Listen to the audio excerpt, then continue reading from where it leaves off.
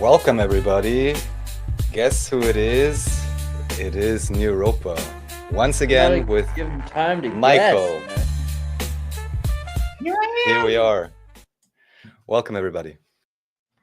Michael's back, and so am I this time. I was busy the day that he was here before, and I missed a pretty amazing presentation. It was really cool to hear the conversation. I kind of like watching the videos on my own channel. It's kind of meta, to be outside of your own experience, Right. like to get to watch your own channel, and you're like, oh, this is new.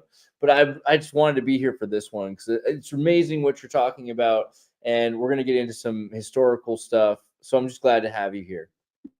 Thank you, brother. Thank you. I appreciate that, especially coming from you. This last time with Raphael, I call him Rafi. It was friggin', that was definitely the most popular. But now, especially with you, I got cold feet originally because this wasn't supposed to happen until Thursday. But then you guys called me. You're like, hey, can you do it in a couple hours? But I'm here. Thank you for having me on. I'm usually talking to myself about this stuff, and just having a platform that other people are listening is a blessing, because I didn't know if this was ever really going to get out there. So thank God.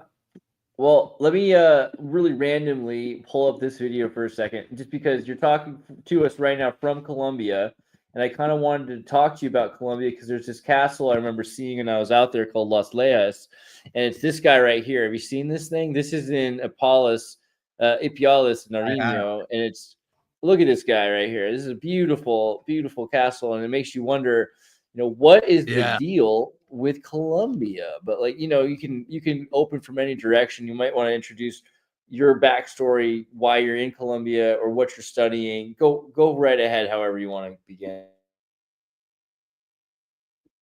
Yeah, I mean it's cool that you brought that up because we could rewind that clip. If you see it's interesting because I actually never made this connection until just now because I've seen this castle. My friend is from that specific region of Colombia, so he showed me. I've never been there, but I've seen it before. Point being is that's Albertine. Look, that's Albertine architecture. That is quintessential Albertine architecture. That all that comes from the 15th century Italy, and that was spearheaded by Alberti through his De Architectura, which is the second known book on architecture, the first being Vitruvius. So essentially, it's a remix of Vitruvius's. Now, for Anatoly Fomenko argues that Vitruvius is in fact Alberti. And when you get into that, that's where everything gets wild, because when you think about sacred geometry, which is a subject I've studied for a very, very long time, and it deeply intrigues me. You can't help but get into the Vitruvian man, the mathematics of that. You start tracing back how people look at nature to design art. All of this stuff goes back to Alberti, or essentially Vitruvius, and Pythagoras and this, that. But all these Greco-Roman figures don't really have a solid past. Like, if you look at Pythagoras, even mainstream scholars are thinking like, who is this guy? Like Socrates, you can kind of see a little bit of Plato, but Socrates, these people are completely mysterious.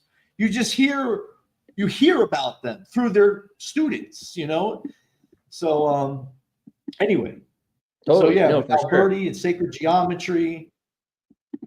Yeah, all this golden ratio, every little bit of it's golden ratio. There's a lot of Vitruvian architecture that's in the Donald Duck and Math Magic land. So this I pulled up. This is actually the Albertina. I'm not sure if it's related, but I would kind of wonder if it's not. This is quite a famous building in Vienna, which is now an art museum, but it's literally called Albertina. Just random inverted Guggenheim stuff going on all around it. So. Yeah, for sure. I mean, at least from the mainstream historical narrative, Alberta was never in Germany. However, Germany is the birthplace of the Gutenberg press, the printing press as we know it. It's also the birthplace of Rosicrucianism, which is the precursor of Freemasonry. Now, if you look at when the printing press started and when Rosicrucianism started, you see an alignment in those dates. So there's definitely something going on with Germany. And Vienna specifically, Vienna has been well known to be a spy haven. Like you talk German intelligence, Russian and German intelligence, they've always competed for the real throne of global intelligence, like historically. This is not just like as far as, a speculative agency. But yeah, they associate with Albert Casimir, right? Which is, I mean, Casimir, like Kashmir. There's something interesting there, Albertini and Kashmir. I mean, there's definitely questions about anything in Vienna from the early 19th or the late 17th century. So questions abound, but the style is Masonic at least, and it's rather golden ratio based. You can see the neoclassical architecture. So like you said, Albertinian is that style, man. That reboot.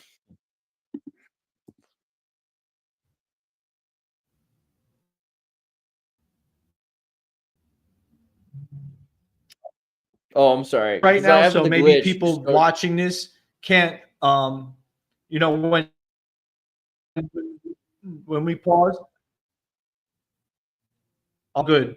I just don't want to I don't want to overtime. So if I'm gonna pause if I hear you talk, but if I hear it go blank for a while, I'll fill in the blanks. But yeah, man, that speaking of style, because like Alberti, when you think about style and the whole idea of that whole braggadocious swag of always, with the wigs and the fancy clothes and all this goes back to that 15th century style. The French really took it up a notch, because everyone, when they associate that Renaissance, not even the word Renaissance is, after all, it's a French word. They really popularized it.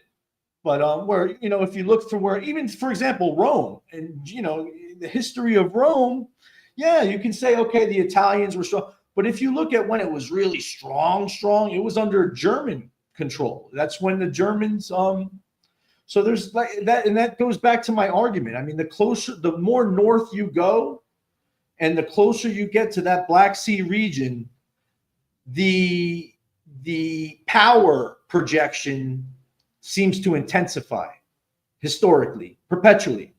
So it's not just over on one generation. This is, over thousands of years we're seeing this. Which is why I ask myself, why does this happen? Why is this because, the people in the upper hemispheres are predisposed to dominate those in the lower hemisphere? There's only two hemispheres. I keep saying hemispheres like there's two above. There's two. There's one above and there's one in the below. Or is it because the history was rewritten and we see this 15th century condensed into this 100-year period, which tells a story of an European presence throughout the entire planet, when we know in fact there was one in the 15th century. So that's my question. I think it's a little bit of both. Yeah, it's fascinating looking at Europe, especially because 15th century, we talked about Spain in Colombia for a second there, but you have to think about 1478 or something to 1492 is the beginning of this sort of the Spanish Inquisition and the anti-Muslim Jewish period. So you have a number of characters that are, and then of course it gets even further in the 16th century, 1520s and 40s in the Roman Inquisition, right? That more and more of Europe is in an exodus of the Arabic and therefore the Jewish people. And there's a number of architects and stylistic, I guess, innovators and engineers that are doing their best to avoid the Inquisition. So right. Is it something to do with this, like Europe, Arab, as David Ewing Jr. has talked about, right? Is there something to do with this sort of? Yeah, it is. It's demographics. We see this playing out today. This this is a normal condition of the human. And we can go really deep into this, but there's really only so, we can get into it. But the point is that, okay, yeah, Europeans were essentially, they started seeing the demographics of Islam change, because any conquering power eventually absorbs the people that are conquered. And historically, conquering powers have been, well, it depends. No. We're talking about in the context of the 15th century. So yes, basically what I think, obviously I wasn't there, I'm speculating, and I'm going off what I'm reading too. There was definitely an othering. These people are not they're not similar. Even though, don't get me, like in Spain, for example, Spain was highly admixed. There's, even to this day, even the Spanish language, there's a lot of Arabic words in the Spanish language. Totally. Yeah, there's influence, even English cursive. There's a lot of Arabic influence throughout the planet that we don't really acknowledge. And it's for these reasons. It's because I believe the agency plays with demographics. So usually, like, and you see this constantly in history. Like, I got into the Hyksos, for example, last time in Egypt. There was 2 waves of Hyksos. The first wave of Hyksos were of Mitanni or Indo-Aryan stock. They were of a European-esque, because granted, at that time, Europe was not even really inhabited for the most part. Everyone was essentially in the Middle East. They came down. There was people there, obviously, but, in terms of Caucasoidal, for sure. Right. So, but what I'm saying is, over time, other people started speaking that language, because that's what a lot of times we conflate when we think that a certain culture spoke a certain language. We're instantly associating it with certain people, when it's like, no. Like, for example, I had a podcast yesterday with a black guy and a really a scholar, one of Flamenco, like an old 80-year-old Russian dude. I couldn't make out what he said, but he was very popular, and I let him talk. He was very knowledgeable, and he got into Totaria, which I'm not very familiar with, which I know you are, Andres, and I would love to talk to you more about that. But my point is that, yeah, like, he's talking to me in English right now, but he's an African. He's a black dude. You know what I mean? So you can't assume that just because me and him are speaking in English, that both of us are English, are from England. You know what I mean? So, and that's something you really have to understand when you study history, because it's very easy, because we don't have any pictures or anything to start painting and imagining things that, so yeah. And it can go both ways. It can go both ways. And luckily we have genetics, we have archaeology. There's different ways we can tag things together. And based on that consensus, we can somewhat arrive at least a narrative. So, what did I answer? Really quickly, Andres? really quickly, where do you think these are from? These pictures I'm showing you here. Where do you? I wouldn't be surprised in South America. Yeah, fair. Well, so they come from Rome, right? Could be. So these are Roman statues from, pre-Roman imperial period. Okay. And there's a number. I mean, but the question is, what does it mean to be Roman? And clearly, those are African people. Yeah, I mean, it's not far away, right? And so you start to notice that's precisely my point.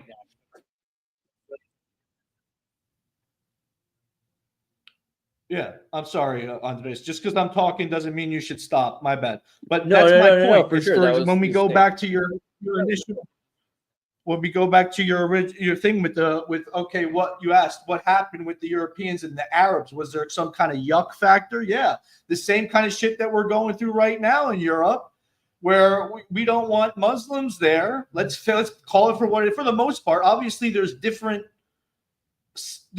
ways you could look at it, but I would say the vast majority of Europeans would like to stay European. And there is that was still going on there. Granted, if the Muslims looked and sounded a little bit more European, I'm sure that everything would gel just fine. And for example, that's what I think happened originally, especially in, say, Constantinople. When you look at Mehmed, and just not even Mehmed, when you look at Islam in general, if we get into Islam in general, originally, and I was getting into this with Raphael, they were originally very Greco-Roman. Even the Quran, the very fabric of Islam, is extremely Aristotelian. It is a Greek fucking religion. Like, you really have to call it, like, it's a Western religion. But what's happening is, I believe the agency plays with demographics. So what they'll do is they'll change the Quran so there's a black angel. That's why people like Muhammad Ali's like, that's why I converted. It could be that simple. He converted because, yeah, he looks at all these Bibles, they're all white angels. He sees a black angel. That's my guy. And similar for Europeans. People are tribal. Let's make Jesus white. You know, why don't we? You know, let's see how that goes. Right. But, you know, but at the end of the day, how does anybody really know? How we can kind of assess, though. And as far as, like, because I've had these debates with, like, black guys and stuff talking about Jesus, because, you know what, I'm not a Christian or nothing like that, but I'm a history buff, I would consider myself.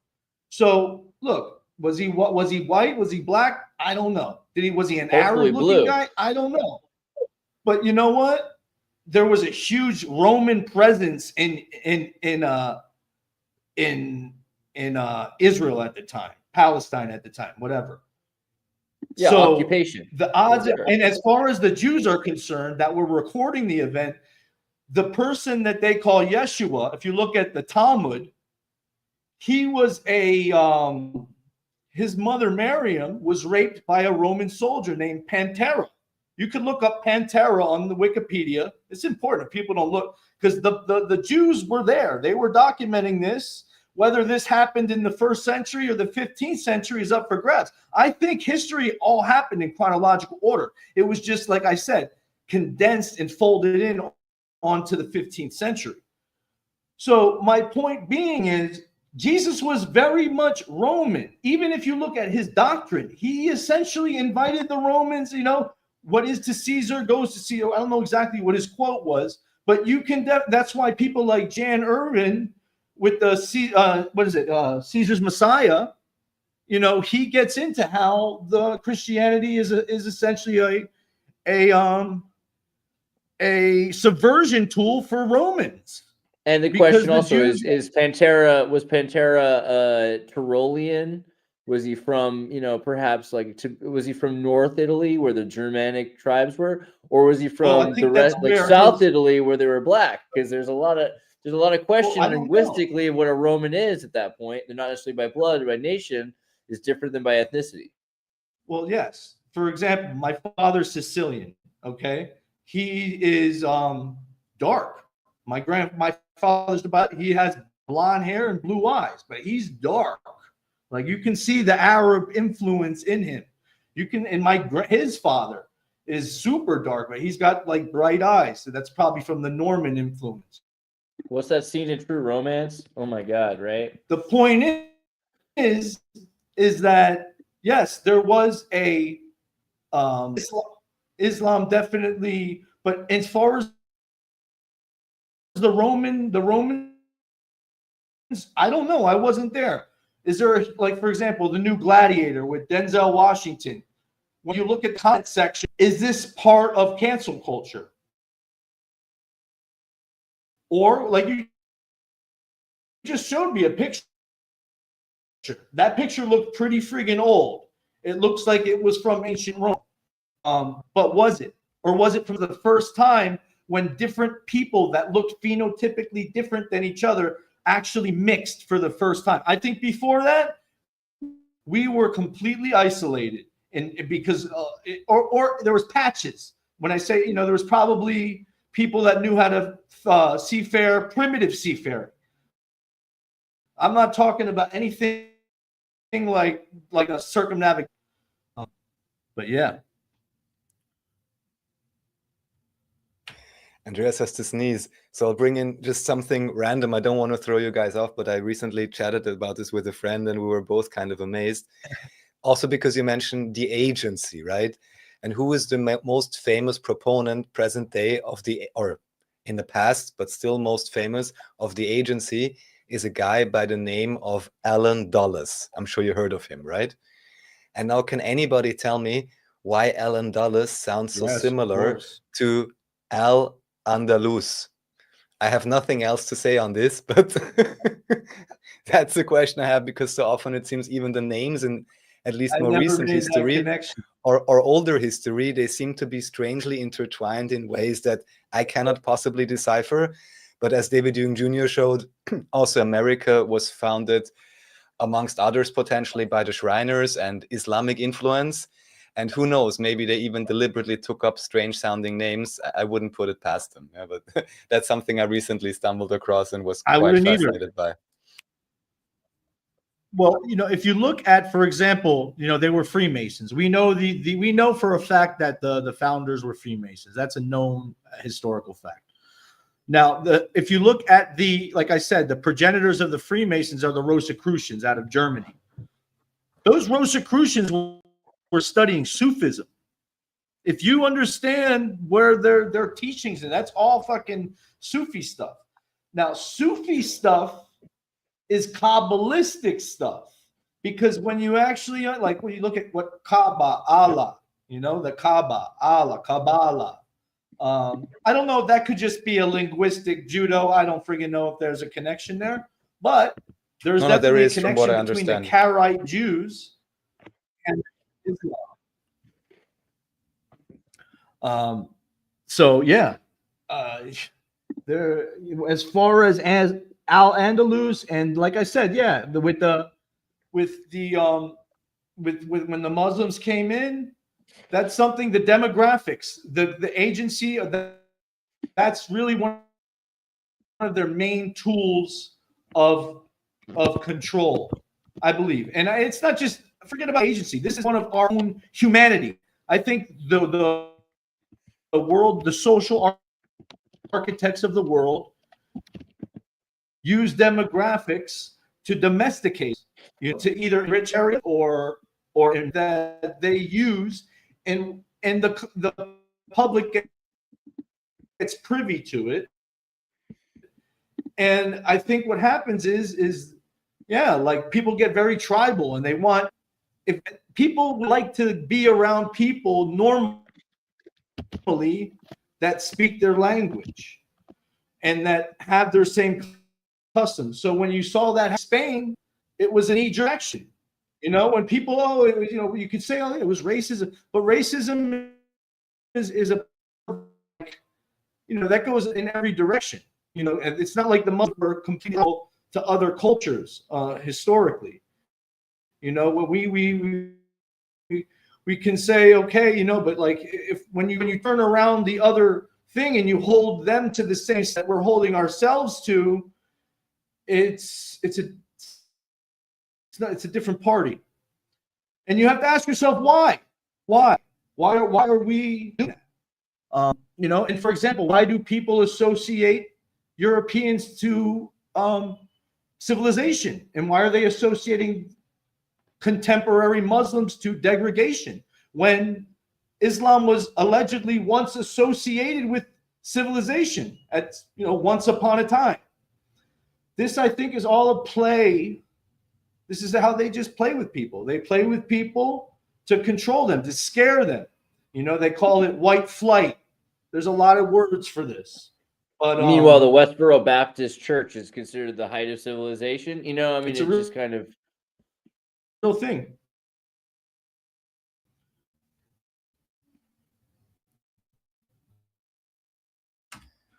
So I'm just wondering right now, because the connection seems a tiny bit flaky, at least on our end. Kindly in chat, let us know whether that's correct or not. Right.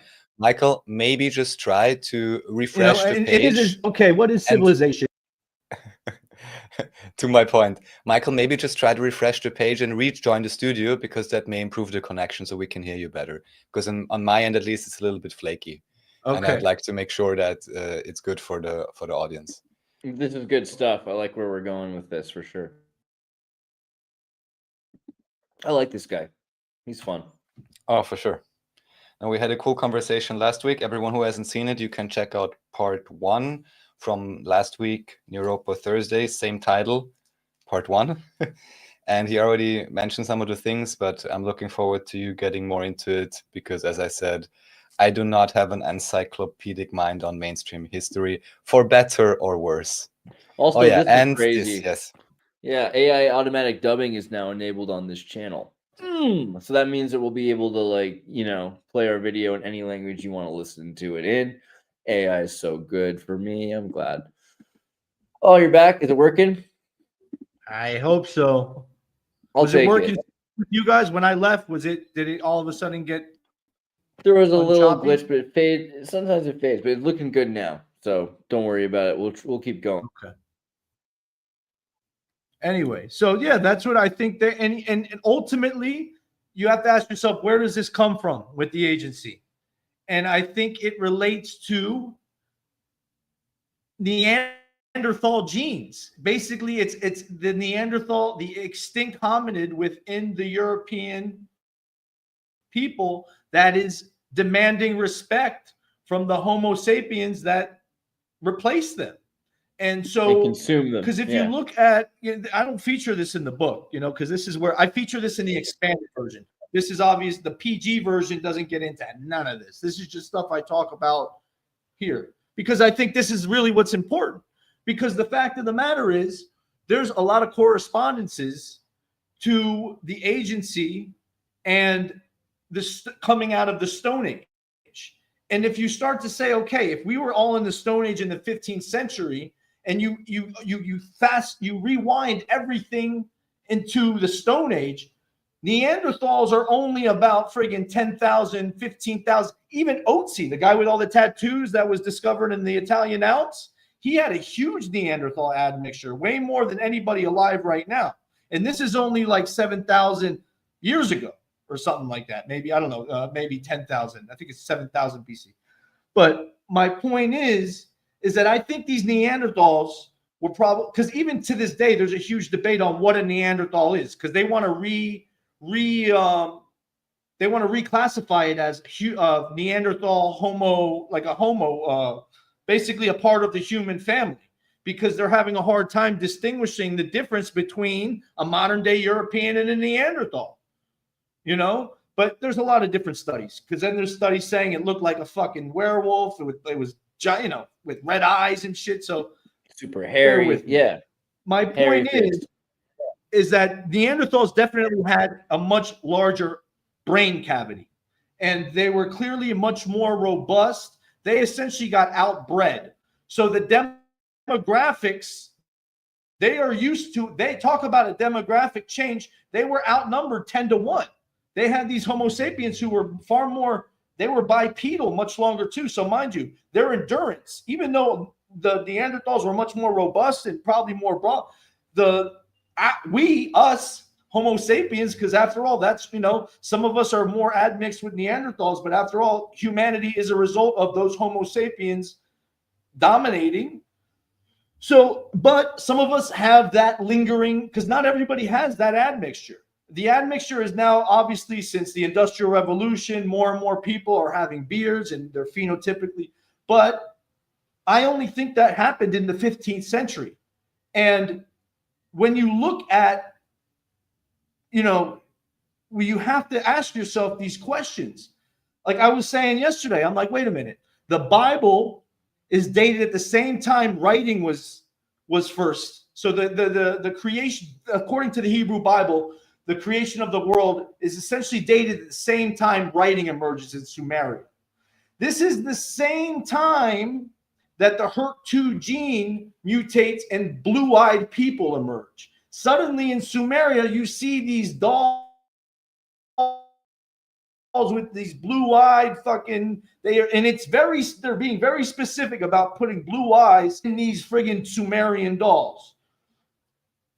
Besides the point. Now, if you also look at the Bible with Noah, where did that ark land? The Mount of Arafat. That's where? Turkey. Turkey is what? The homeland of the oldest Indo-European language comes from Turkey.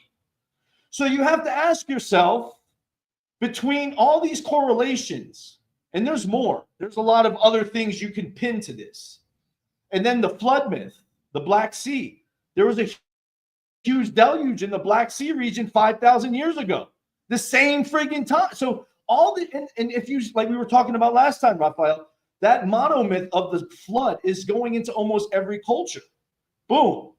You got to say, this is the same time that mutation, and then mind you, the HERC2 mutation is, there's only one ancestor. So everybody that has that gene all goes back to one person. And that's, I think, Noah.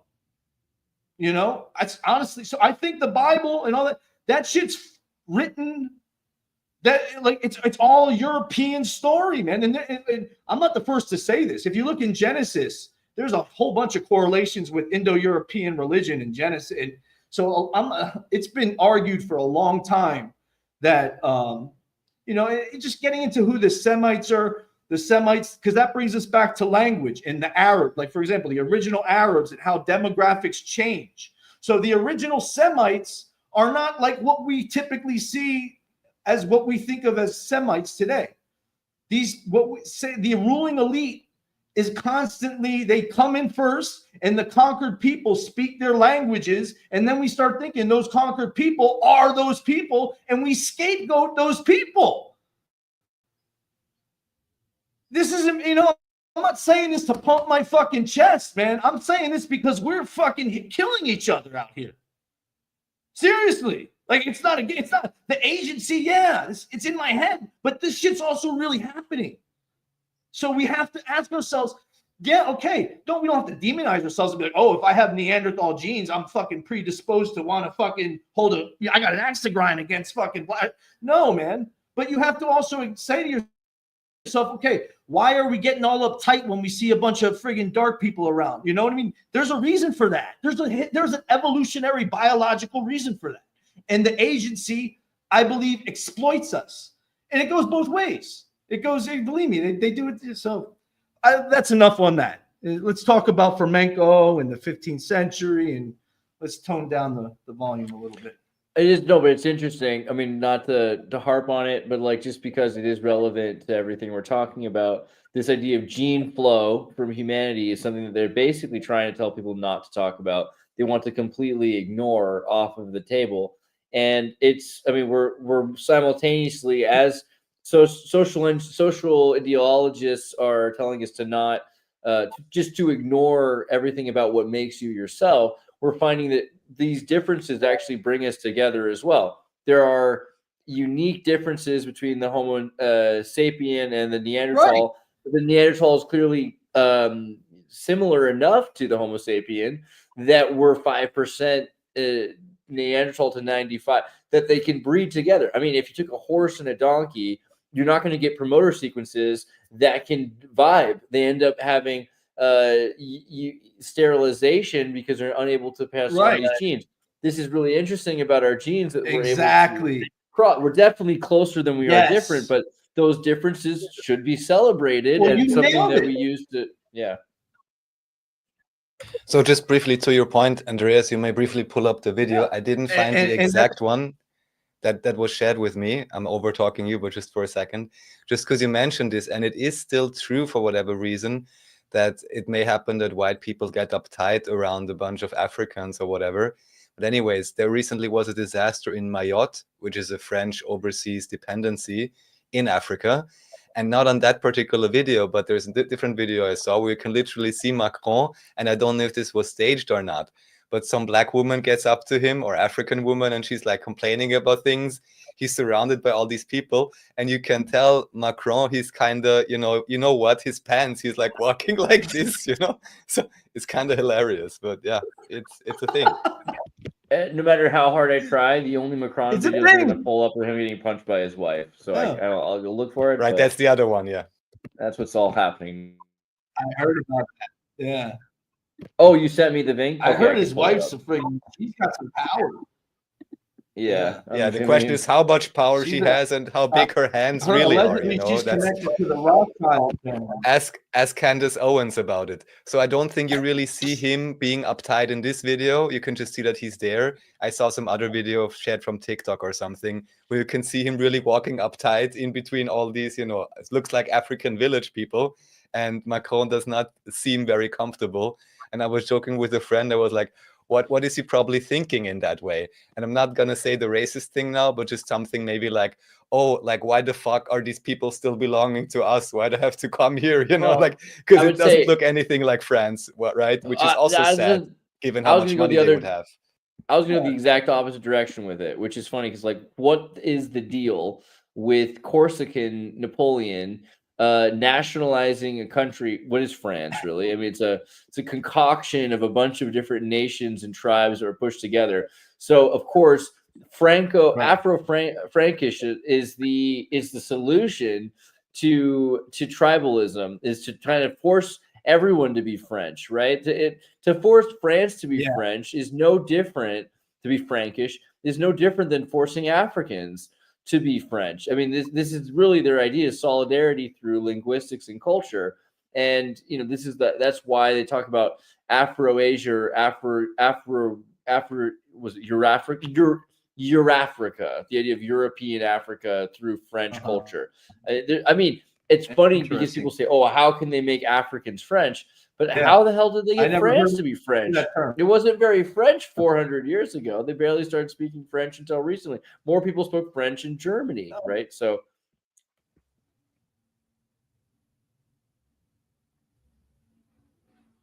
I can't hear you. Shit.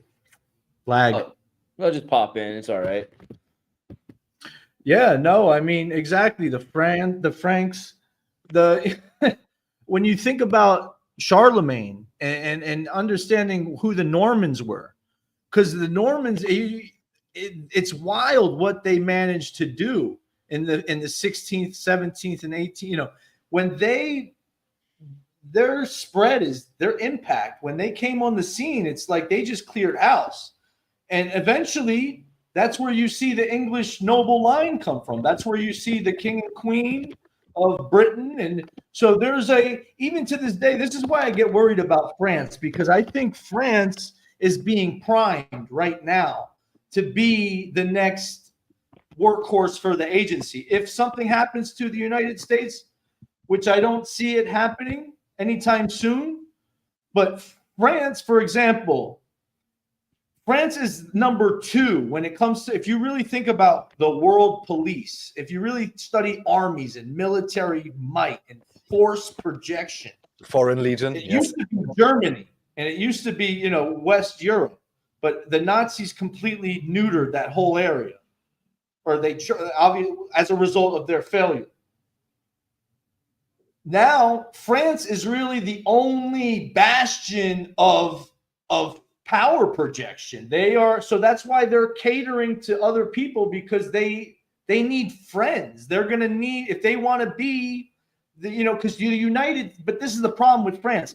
France is an indigenous, well, not because you can obviously, there's like we just talked about, there was no even white people on Earth until 5,000 years ago. So clearly the indigenous population of France was not white. This is something that people have to understand. Really, is that I didn't even get into this with the black, like usually with like, for example, with the black guy yesterday, I got into probably the most racist shit you could say that I wouldn't say with 2 white guys, you know, because I'm like, all right, it's acceptable for me to get into the real taboo shit. You know, we talked about the Neanderthal. I'm like, bro, the hair that he had, but I could do that with, you know, because and we had an affinity. Yeah, and the point is that even with here, we have to I don't know where I was going with that, man. Sorry. Well, we have to be. I understand. Like, it's always important to try to explain that there's a respect in this research. That there's nothing. We're not trying to be pejorative or derogatory in expressing the historicity of the genotype or the gene flow or any of that. Yeah. But it's an essential question to answer about who are we and what makes us. And of course, again, we're more tied together than we are separated. There's more differences between an ethnicity than there are differences between different ethnicities, right? Like you're going to find smart and dumb people of all different races, and you're going to find very interesting commonalities. But it's also very fascinating how much things have changed so recently. and that there are, not just Neanderthal. We could be talking about the Floriensis in Indonesia. We could be talking about the Denisovans of the Slavics. There's a lot. There's like 13. It seems like 12 to 13 different Homo sapien related. I mean, and I'm saying that because these are characters or nations or ethnicities or races, whatever you want to say. But the human race has enough variety or flavors to it that are able to intermarry and interbreed, that this is something very special about the human phenomenon. I would say the human phenomenon, really. Right, and exactly. We have more. That's the point. Is acknowledging that and not amplifying our strengths, not focusing on our weaknesses, and like we have the ability to do that still. I mean, who God knows how long we're even gonna. This conversation might be extinct soon because we're mixing at a very high rate, and it's good. The reality is, if you're an evolutionary biologist, you would say, yes, it's probably in your best interest to mate with somebody of a different race than you, because your children are going to inherit genes of both of you that are most likely going to be beneficial. And there's a lot of different arguments. Obviously, it depends on what your MO is, So, for example, I was looking at some things where it's not always good to be very related to the person that you're breeding with, because that could predispose you to illnesses and disease.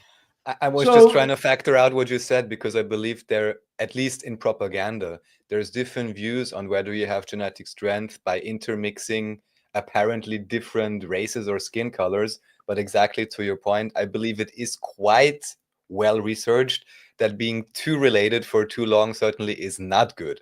So I do honestly think that the more you're able to rekindle that Neanderthal, the smarter you are. And because you see this with Asians and you see this with friggin' people with high Neanderthal admixture. The more admixture of Neanderthal you have, the higher your IQ is, the higher your brain cranium is, your cranium capacity. We can't ignore these things. So that's what I'm trying to say is, like, if in fact there is an extinct species within us that is trying to prove a point by enslaving the more productive, I don't know how you want to call it. I actually word it really good in my book, because the expanded version, I articulated this. I would read it verbatim right now, but it's probably better for me to just go off the cuff. My book, like I said, guys, it's downloadable. You can download it for free. It's on my website. My website is myname.com. Very simple. But yeah, when you get into this, you say, okay, because what's the agency doing? What are they? Why is everything pointing to this European direction? What's the point? What are you guys trying? And yes, it's for subversion. But it could also be, though, there's some coloring books for kids and stuff, for all ages, really. But they're cool because those, yeah. That's where I fuse tattooing and acupuncture together in a as the ancients did, right? Like the most ancient examples of any tattoos we have, or acupuncture. Right. Right. And that's what I start the book. I preface the book with, I'm bringing back tattooing from where it once came as a medicinal practice. That's really cool. Yeah, because and I get into the Vedas and the Hindus and how the Yellow Emperor used acupuncture, and all this actually could tie into the historical narrative. Because when you see, okay, when was the first documented instance of acupuncture? You say, okay, this is historical fact. It was by the Yellow Emperor. But this document is dated to the 2nd century BC, give or take, something like this. It's not that old. However, the Yellow Emperor in Chinese lore, or if you look at the Wikipedia page of Yellow Emperor, you'll find that he's dated to 2,000 something years old. Now, what's even more interesting about this Yellow Emperor character, which I just discovered, this is some new information, that I was very hesitant to use AI with my work. But after listening to myself speak in recent conversations, I was like, I'm being ignorant, man. I know that I have to assimilate with this stuff or I'm going to be left behind, especially my work. Because there's so many questions I have about my work, and I'm like, no, I want to dig for it. I want to. No, man. Like sometimes some of this stuff can get streamlined, but you still have to vet it. So, for example, if you ask it's still good to go on Wikipedia, read for yourself, look at least Google it, go down a couple pages and see what at the very least. But so this Yellow Emperor, it's fascinating. So you mean to tell me the Yellow Emperor published a thing on acupuncture in the 2nd century, but he lived 2,000 years beforehand? Doesn't make it. It's just there's a lot of instances like this, especially when you get into chakras and the occult, and you're like, wait, hold on. So when did we actually start putting pins in ourselves? And then you say, oh wait, that didn't actually even start happening until the 15th century, because the Yellow Emperor was describing points in the body, but it was acupressure, so it's just like they're basically telling you, they're like showing you in their narrative that there's things essentially building up to the 15th century. So like they're taking that 15th century technology and I guess reverse engineering it so you can see an evolution of it. There may or I don't know. That's probably not likely now that I'm actually listening to it, because in my book I don't say anything like that. What's more likely is the history actually did happen within a 100-year period, and we're just a lot of these innovations just happened very fast. And I think this is because of literacy. After we started being able to read, after the printing press, and people start, because that's what Alberti says. His number one thing is, as a child, everyone needs to learn the alphabet. And that's cryptic, man. When you look at that, because like I was telling you last time, Raphael, if you really want to understand the agency or this power control structure, call it what you will, look at the alphabet. Because most people couldn't even read. When we think about ancient knowledge and text, most people never were even privy to that stuff. So the very few people that did have that knowledge were of the upper class, so that's the thing. So when you think about alphabets, so whoever had access, and then when you see these alphabets, there's an evolution, just like how you can see from a wolf to a friggin' poodle, you can trace it back. That poodle was eventually that fucking wolf, It was just selective breeding. And we do that with language. We do that with culture. We do that with ourselves. And so that's the thing. And so sometimes, I demonize the agency because humans do nasty shit to each other. But then you say to yourself, you're like, fuck, what else? What are our other options? Who's going to police the agency? Because these are essentially the police. Who's going to, so that's where it's gloomy. You say to yourself, so I'm like, all right, obviously if this agency was all so powerful, I don't know. This is my 5th interview, probably my 3rd one that actually is going to air, and the other ones are still going to air later. But I don't think I'm going to die from any of this. I don't think this is, because the reality is, who the fuck am I? Like, what the hell? Who's really? The reality is, I'm all friggin' tattooed. This friggin' buff guy. He sounds like a fucking retard. So, honestly, I know my speech. This is why I don't really talk about this stuff, because I know I'm not very articulate with my language. So people are going to be like, this stuttering fucking prick. How does he even? Why are these given? So at the end of the day, maybe I'll be safe. But don't worry, I'm pretty sure. I mean, from everything I know, and even the things I merely helped co-produced about the Jesuits with David Hume Jr. Honestly, when I was publishing it, I was like, I almost want to send it to the local bishop. I wonder how he'd respond. But the thing is, for people on this channel, I'm pretty sure for anything that you just mentioned would give you more credence.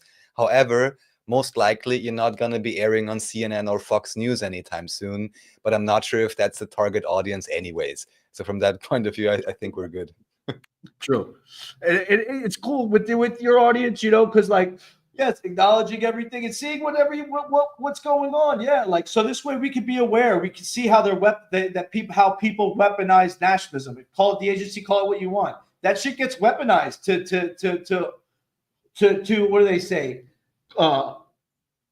the masses. What do they call the masses? You know, so there's ways that when we can identify the evolutionary psychological reason behind it, we're able to free ourselves of these stupid fucking ignorant beliefs. You know, you just have to look at things and call it for what it is and be honest and say, okay, if in fact history was fabricated in the 15th century, why are we able to even talk about this and not get killed? You know what I mean? So I say, like, okay, Anatoly Fomenko, if he was right, wouldn't he have been killed? Like, you know, so this is the thing. So maybe things just repeat themselves. Maybe history just repeats itself, and we're not identifying the patterns, because I've identified patterns in our history that are repeating themselves. And I believe that if we identify the patterns, we could fix them so we stop fucking up with certain things. You know, there's some things that we could fix and we can heal. So I think a lot of it is acknowledging things, and it's acknowledging the differences in people. And when you actually are around a lot of people, you can see the differences. So, for example, you can get mad. Like, for example, when the Vikings came into Greenland and stuff, they didn't see fences in the land. So they identified that land as no one's there. It's not really being used. Right? There's no fence. It's fair game. Everybody has different standards. You understand? So, like, if we want to hold each other to the same standards, it gets really fucked. And we see that, you know, like, for, you know, in Europe, where there's different, with Islam, I don't really know how it's going on in Europe. I can't comment. I haven't been to Europe in fucking 10 years now.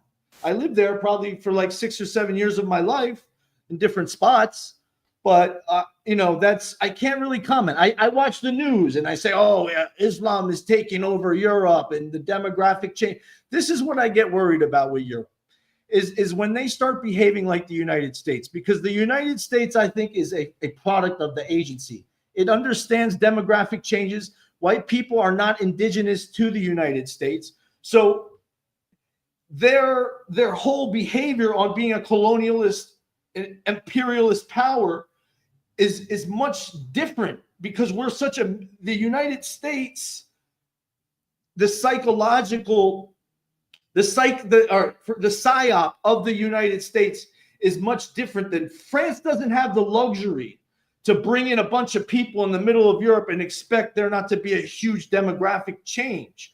The United States, on the other hand, if everyone in the United States starts darkening up or getting browner, they're basically going to look more like the indigenous population that was originally there. No, you know, but it's like going to Walmart and buying paint. If you put a little drop of friggin' paint in that white thing and you're mixing it up, all of a sudden that white bucket is not white anymore.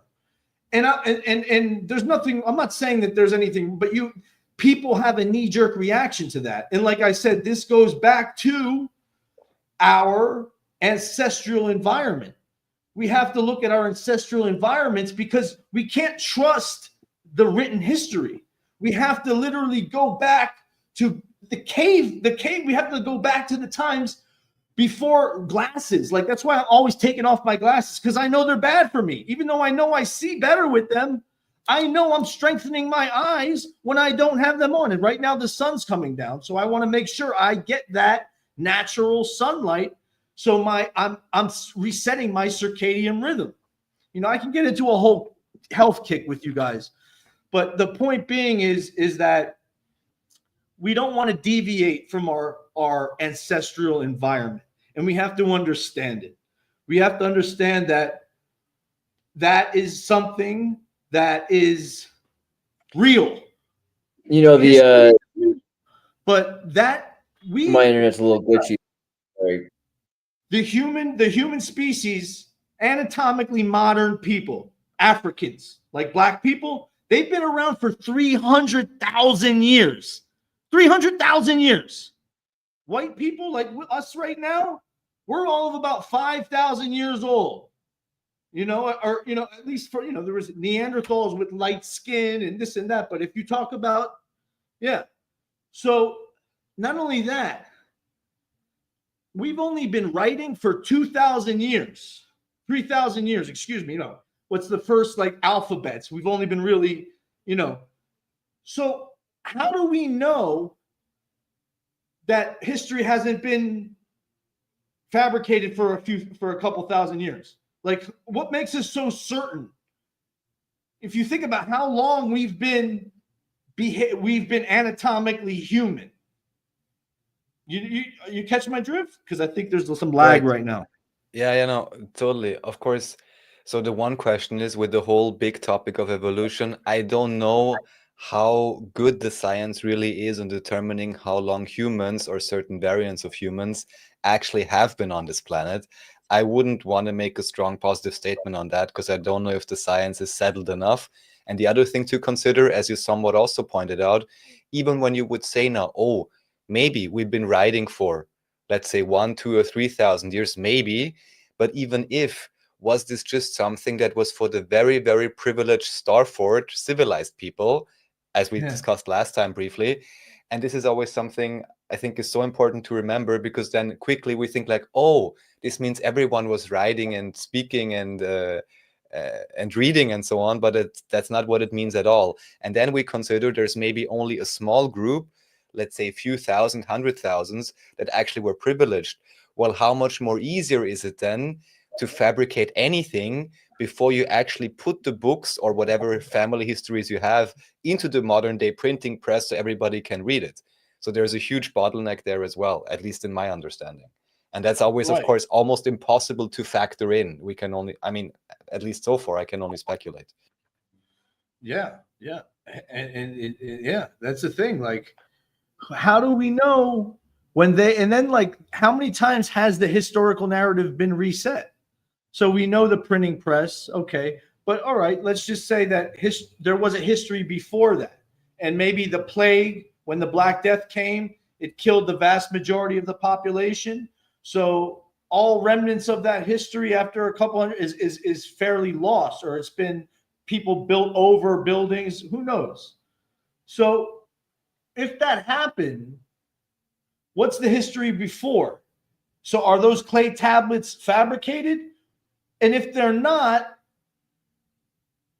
why are we seeing the patterns? And what can we learn from these patterns? So that's what I mean. When I see patterns in history, it's like a fractal. Time is like a fractal. And when you can see how there's just this infinite space that you can overanalyze things. But ultimately, when you do that, you come to the same place. And that's what I'm trying to say to you guys is, for example, philosophy and all this stuff people study their whole lives, Plato and Aristotle, and ultimately think about it, guys. It's a matter of living and just enjoying your life. It's good to question everything, but you really want to just enjoy your life. Because for example, with me, I got into the conspiracies. It's important for your viewers to understand this. When you get into the conspiracy realm, which is great, everything is not a conspiracy. Not everyone is out to get you. Sometimes things are great, and this is what I mean. When you start to, especially this Neanderthal remnant in us, I think this is where we get depression from. This is where we get real, because granted, look, there's definitely violence and chaos and poverty and stuff in Black communities. Don't get me wrong. But when you talk about real destruction and real, for example, school shootings and stuff, statistically, those aren't really. Yeah, serial killers. Those are Neanderthal. Those are usually people even Richard Ramirez, who's not white. But there was a study 3,000 of America's serial killers come from Mayflower stock, right? Including let's talk about not just serial killers. Let's talk about just murder rates, like Genghis Khan, Mao. Because Chinese people, don't get it wrong, those East Asians have a huge Neanderthal admixture. It's more Denisovians. That's where they get the elliptical eyes. That's more of a Denisovan trait. However, They have admit, because Denisovans are basically an offshoot of Neanderthal. When you figure out like what they are, everyone speculates. Like I was talking to a Fomenko, an old man, and I respect his, but he was speculating about aliens. And I mean, look, he's a scholar, and I get it. Look, there's scholars, but he's never seen an alien. So so I can't jump to those conclusions about the Denisovians or Neanderthals, because I've never seen, and I can't be like, oh yeah, they're aliens, but no, there was extinct humans that did exist. And yes, I don't know. But so but the reason it ties into the agency is because this agency, I really do believe, came out of the Stone Age and are remnants of this extinct species. And it's possible, yeah, if you wanted to be conspiratorial about it, maybe Neanderthal and Denisovan are placeholders for alien species. Let's call it like if we wanted to be real fucking weird. I don't go there. Even here, the main problem, even from some of which I spoke to with David, it's not exactly clear, even maybe to some people who know more about history, where the current version of humans really come from. It's not exactly clear how large the surface area of this planet really is. There's even many regions today which we cannot access, seas and so on. And if you map it out, you can see there could be literally anything there. And then since there's so many places we cannot readily go, at least in my understanding, we can't even know if there isn't potentially more lands or somewhere there's a gate, a portal, or whatever else. How were we even drop shipped here? Did we just emerge from the earth, or what really happened? These are, of course, the big questions we don't really have answers to. We have quite a few mythologies. I saw something in chat about moon ships.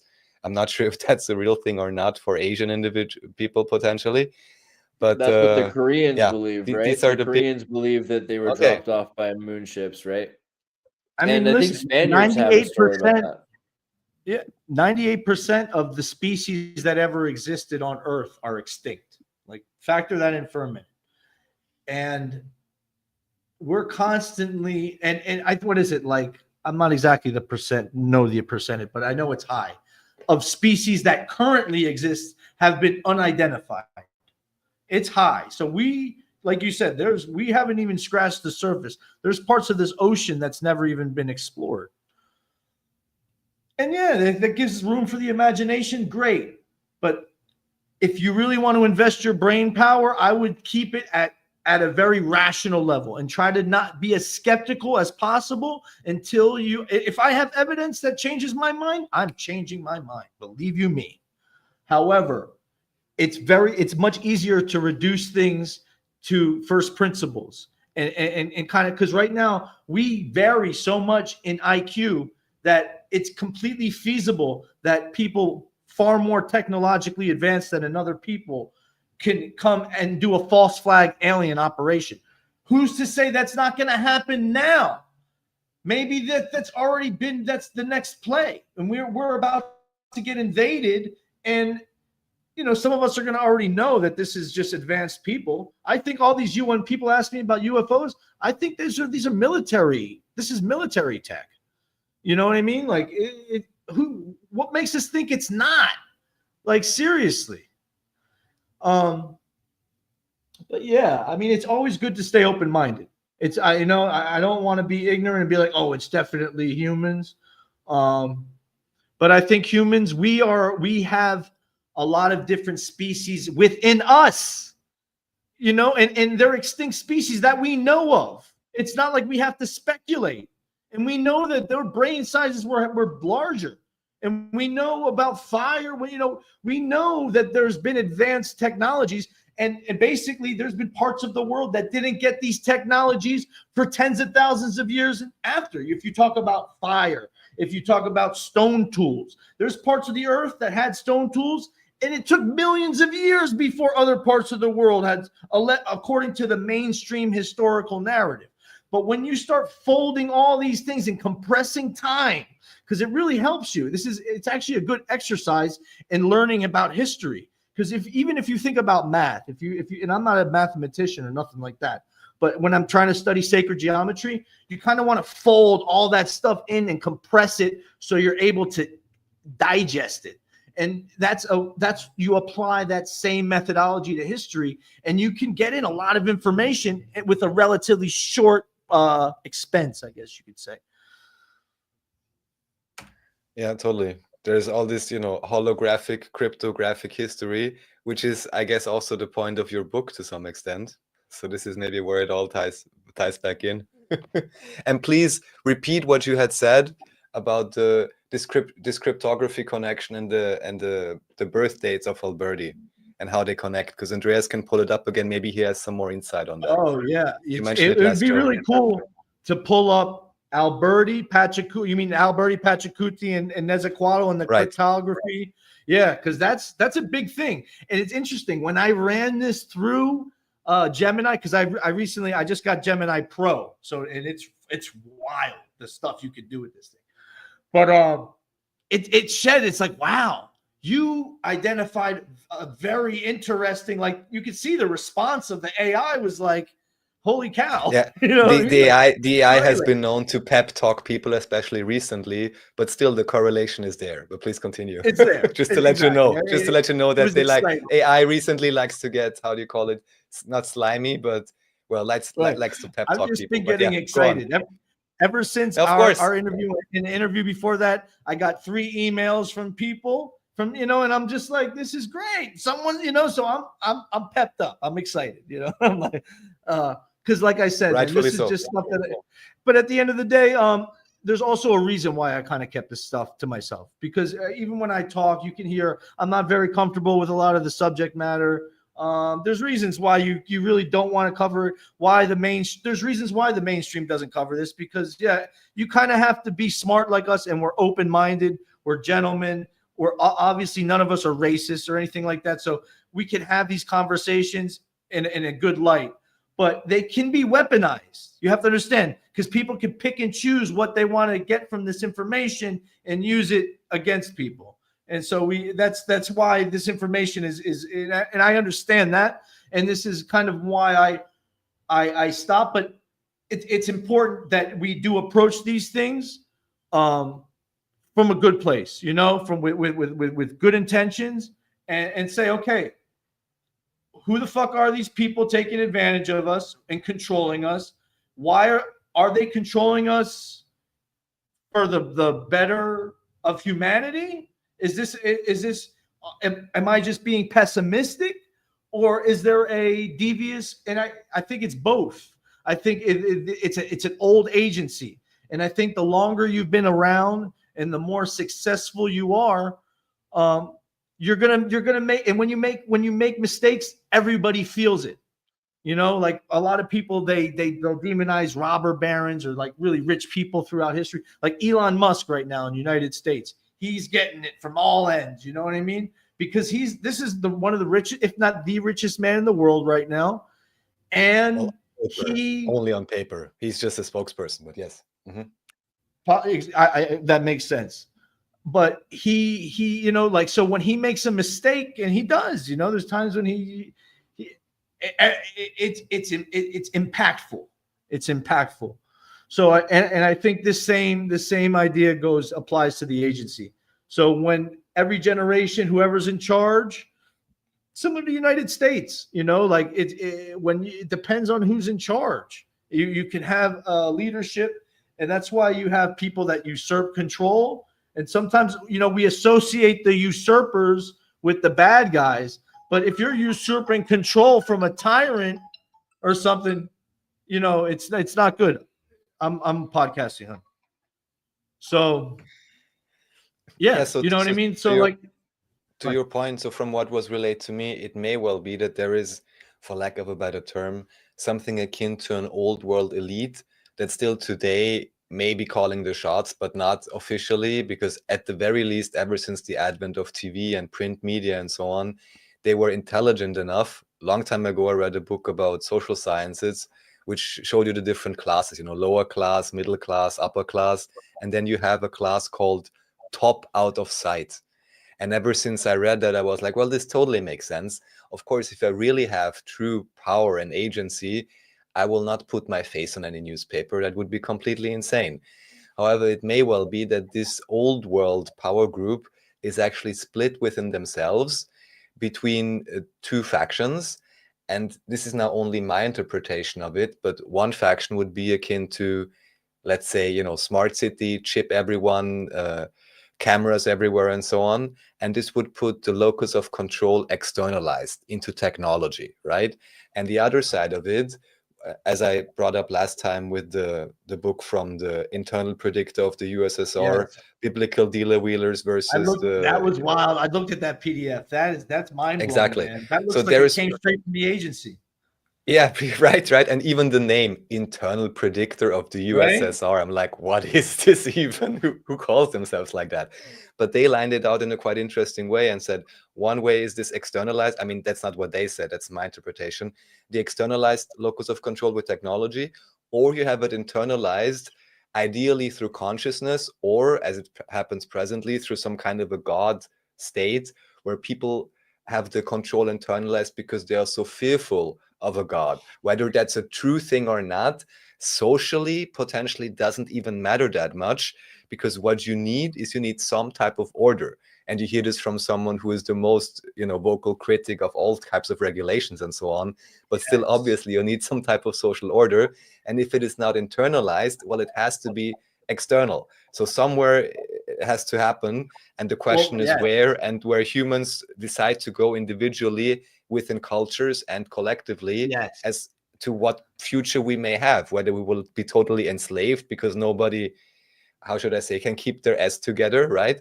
Or whether we can all be free because everyone actually can have empathy, not be stupidly racist and all of these other things, right? Yes. Yeah, I mean, that's where I think that their play is that reverse psychology, the Hegelian dialect, where it's subversion. So what they'll do is, it's the whole premise of the reconciled combatant. This is what they do to basically keep that. I don't want to demonize Neanderthals because that's a horrible thing. But what they do is they will set up religions and structures and belief systems in ways that they basically end up idolizing or worshiping their combatant. So you basically you reconcile your combatant. You become your enemy. Your enemy becomes you. You basically are brainwashed into thinking that you're fighting yourself. For example, let's just take the Bible, because the Bible does this, the New Testament, the Quran, the Hindu scriptures do it. There's many scriptures, the Aztec mythologies. You can see that they basically subvert the culture by inserting a narrative that their people were there first. That's basically what I'm seeing. So whether it's the Jews in Israel, and then before that, you see that there's the Hittites. So like I was talking about last time, or whether you see with the Aztecs, right before the Spanish came, a lot of people don't realize this, but there was a huge burning of books. This is a historical fact. You can, if you Google the Aztec Triple Alliance, before it was formed, they burnt a guy named Obsidian Serpent. And it's interesting that his name's Obsidian Serpent because obsidian is a telltale sign of the agency, which I briefly got into last time, which we can explore. But that goes all the way back to Neanderthals, because the Neanderthals were the first ones to really understand how to use that stuff, and allegedly. Anyway. So just since you pointed out Triple Alliance, Andreas, I'm not sure if you're here, Andreas, but if your Triple Alliance is the same thing that you have put forward in your documentary, Andreas, if you can hear us, because I know Andreas has done a great documentary, History Revised, not to use any other words, and it's maybe still the most popular video on his channel. It's like a documentary style thing. I still manually translated this a few years back. Now you can listen to it in AI, everyone. And he's also talking about this Triple Alliance. Is this the same thing, Andreas? Triple Alliance, right? The Aztec Triple Alliance, which is the Inca, which is the Aztec Empire. You know, that was the formation of the Aztec Empire. And you know, that formation was a product of Nezahualcóyotl after his father was murdered, but he formed the Aztec Triple Alliance after that his dad was murdered, and his dad was a Toltec, and Toltecs trace their ancestry to Quetzalcoatl, who's been long, he's like with the statues in Tula, with the bearded figure. In many parts of the world, he's known by different names: Viracocha, Cucumats, different.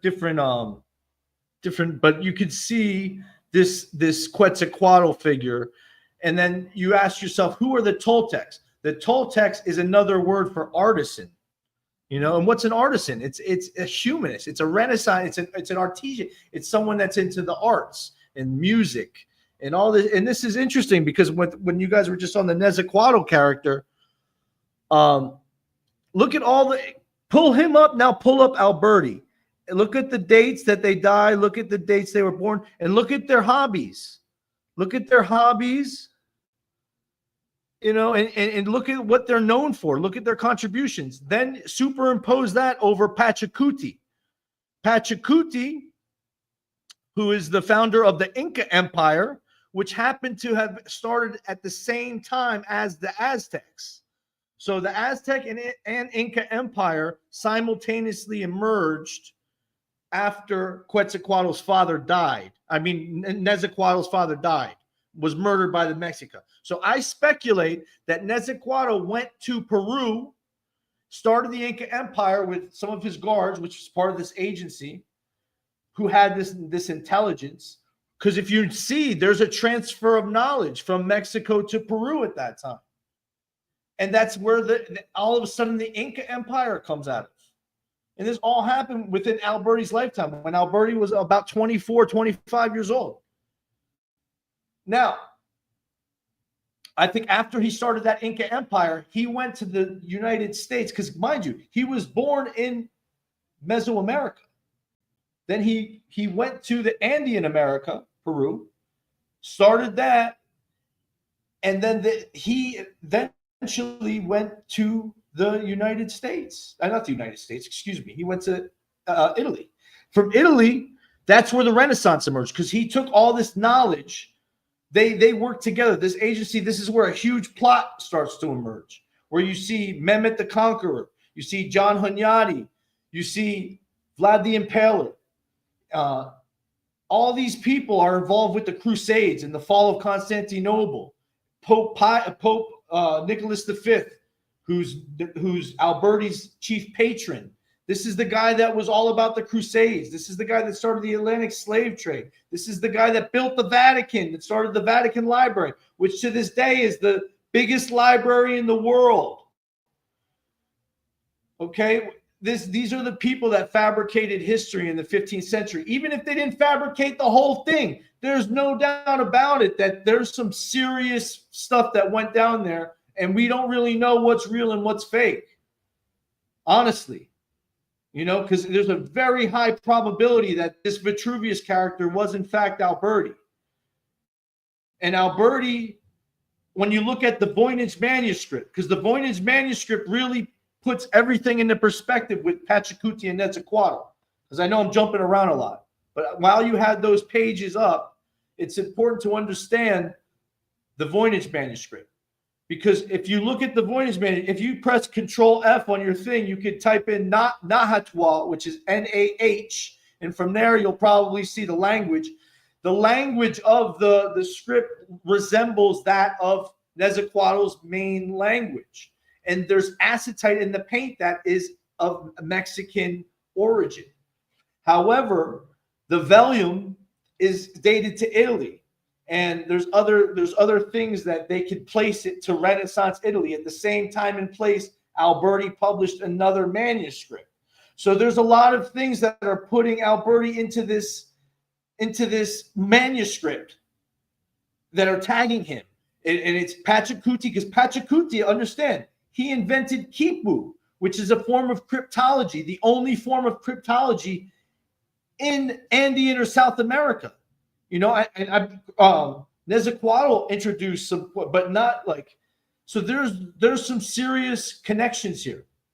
And now when you get into the Voynich manuscript, because this is how you understand it's aspiring, because you could speculate on how the, you know, Nezahualcóyotl, Pachacuti, Alberti, the connections, and you could also be like, yeah, Alberti's probably definitely a spy for the Vatican at the very least. Okay, let's just say it in fabric, because look, he's the father of European cryptography.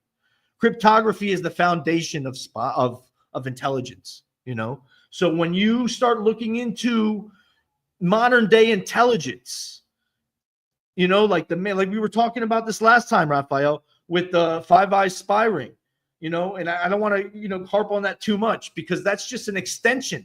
It's not their, you know, you can't just be like, okay, present day manifestation of it. Yeah. Mm-hmm. Right. So they that when you start seeing, okay, where did that spy ring emerge?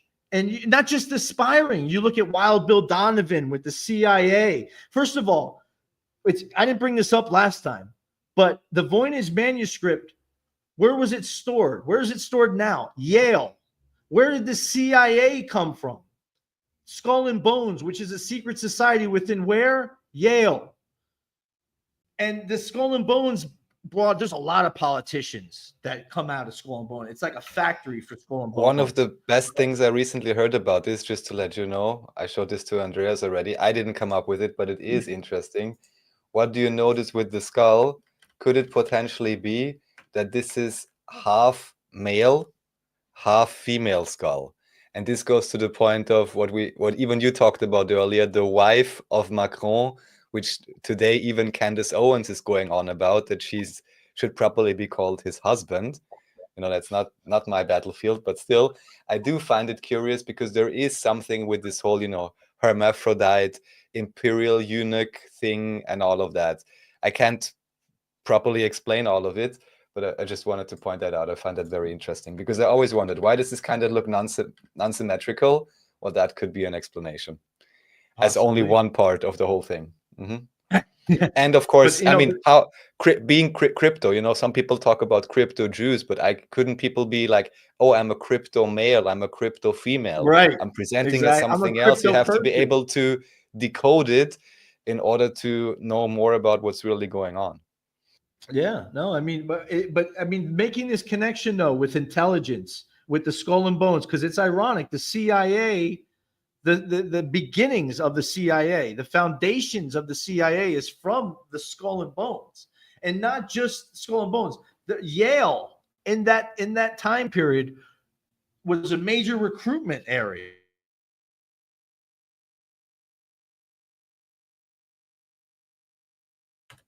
Yes, here we have it. Yale as during the Cold War covert operations.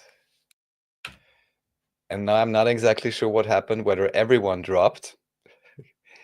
I'm still here, but I'm just listening because my video is a little glitchy. Yes, oh, shoot. It's okay. No, Michael, you can continue. We can hear you. Get what I just said? Please repeat. So let me stick with this. Can you guys hear me okay? It's good now, yes. Yeah, things are good. Okay. So the Voynich manuscript, this is what's cool, because this ties everything together. When you see, okay, where did it go from Alberta to Yale? There's hundreds of years in between this period. And every step along the way, if you Googled it, like if you're on the Voynich manuscript page right now, you'll see Roger Bacon. You'll see Francis Bacon. You'll see Antoninus Kircher. You'll see all these people that are tied to intelligence. Like we know for a fact, like Antoninus Kircher was a Jesuit, but there's no saying that he was a spy. This is like, he's considered the last Renaissance man. A lot of people don't, he's a German Jesuit. This is where the German Rosicrucians really come into full fruition.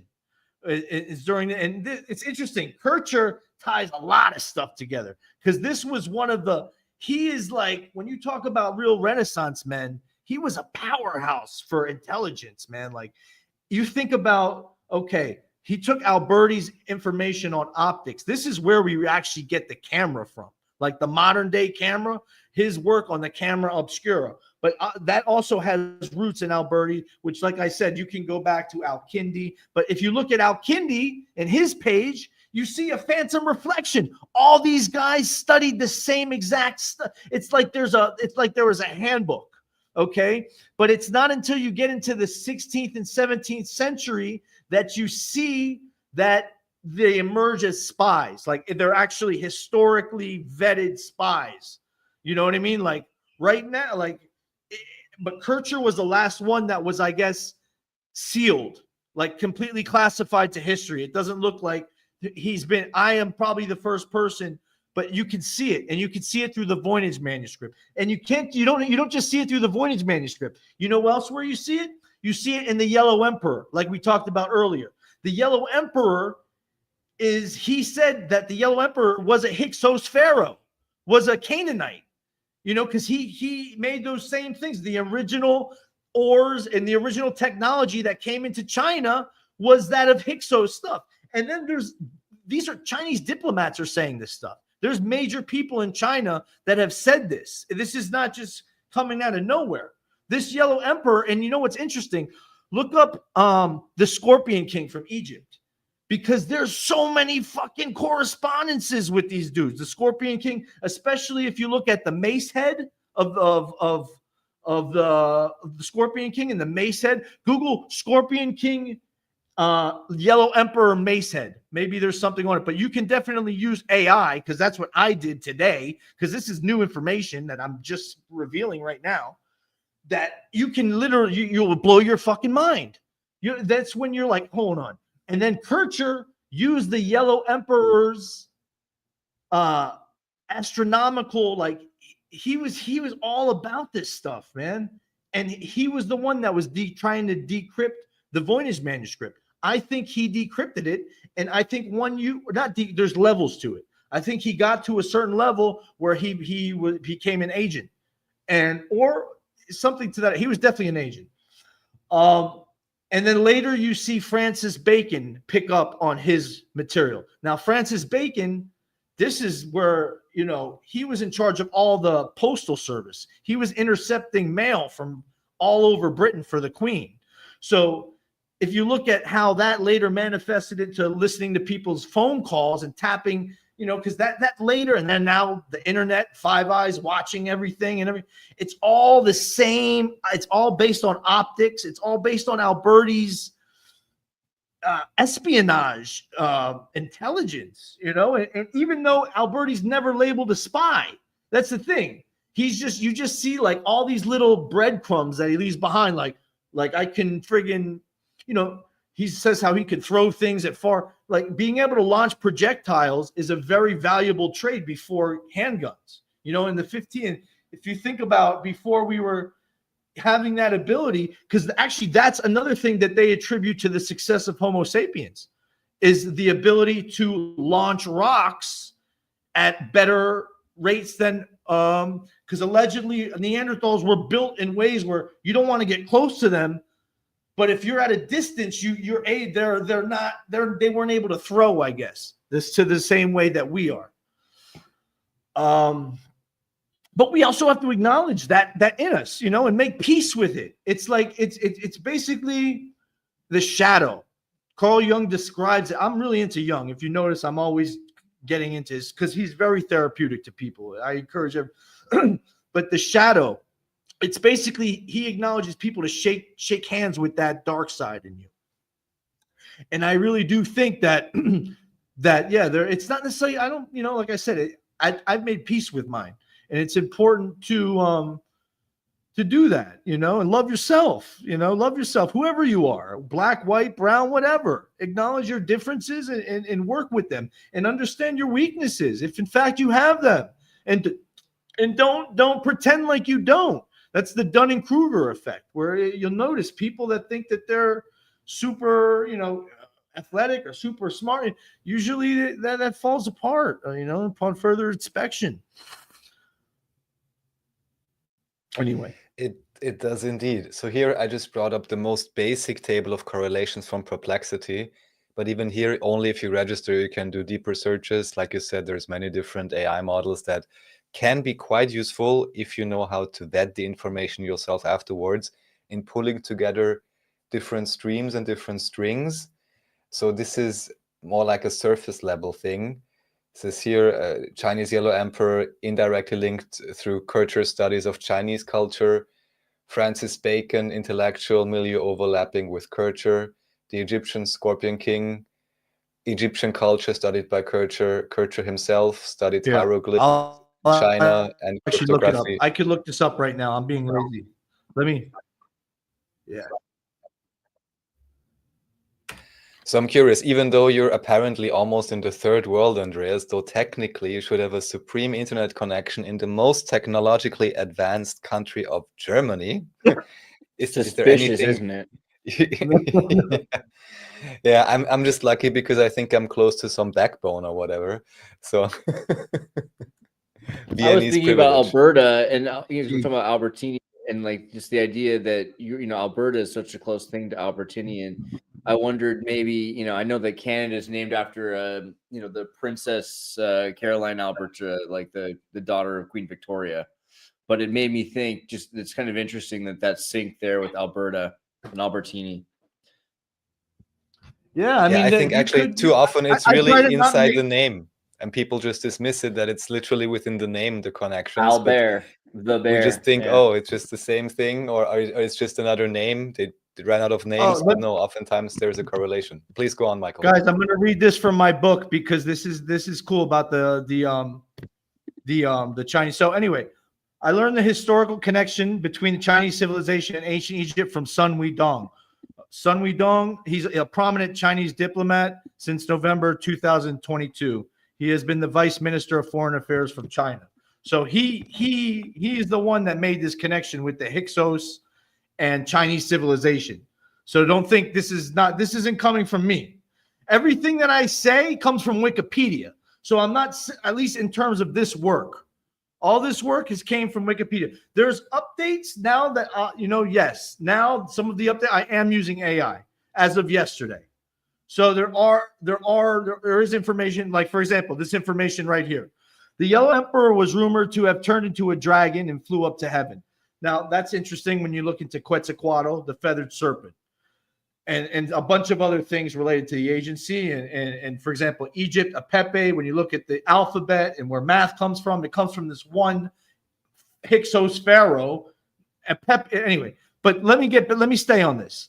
And myth interprets the narrative by the agency as a deified founder. There's an ancient, significant, and scholarly accepted connection between the Scorpion King and the god Seth. Now, mind you, the Hyksos, who, like I said, the foreign affairs of China believe seeded Chinese civilization, the Hyksos worshipped Seth, okay, which I have tattooed on me. Seth, I don't worship him, but I just think he's a fucking badass fucking god when you think about him, because he's like the god of foreigners. Like this dude Apep was just a badass because like he was like named after the fucking the serpent of chaos, and he like anyway. I don't want to. Let me stick to the point.